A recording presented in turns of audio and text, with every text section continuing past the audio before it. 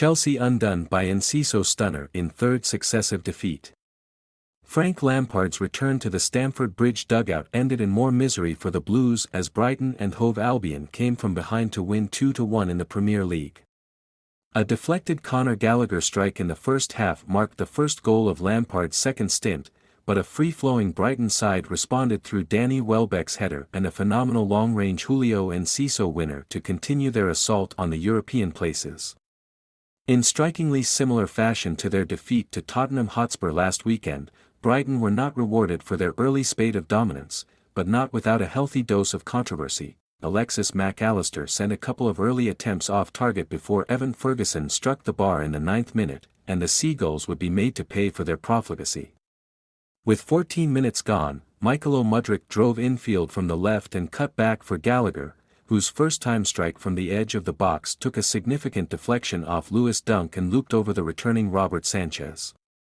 Brighton's reaction to going behind was a typically positive one, but there was a familiar sense of officiating dread for the visiting fans, whose side received a PGMOL apology for a missed spot kick last weekend, and they were denied a strong penalty shout for a Christian Pulisic handball in the 21st minute this time around. The Seagulls' momentum was briefly halted by an injury to right-back Joel Veltman on the 28-minute mark, and Roberto De Zerbi responded by bringing on another attacker in Enciso, forcing Pascal Gross to right-back in the process.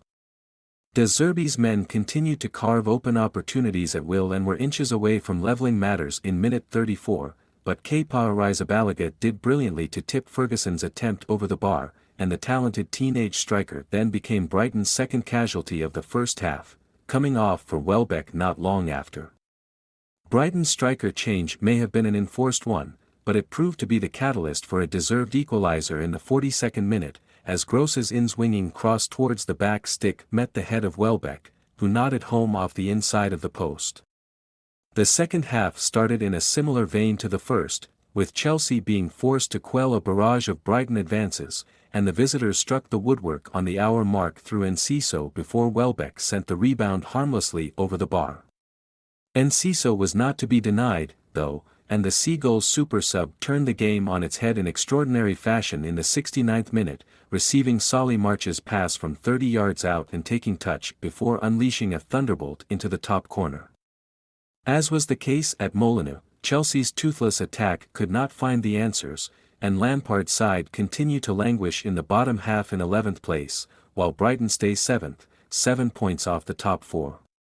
The Blues now gear up for the second leg of their Champions League quarterfinal with Real Madrid, who hold a 2-0 advantage from the first leg, on Tuesday, while the Seagulls are in FA Cup semi-final action against Manchester United next Sunday.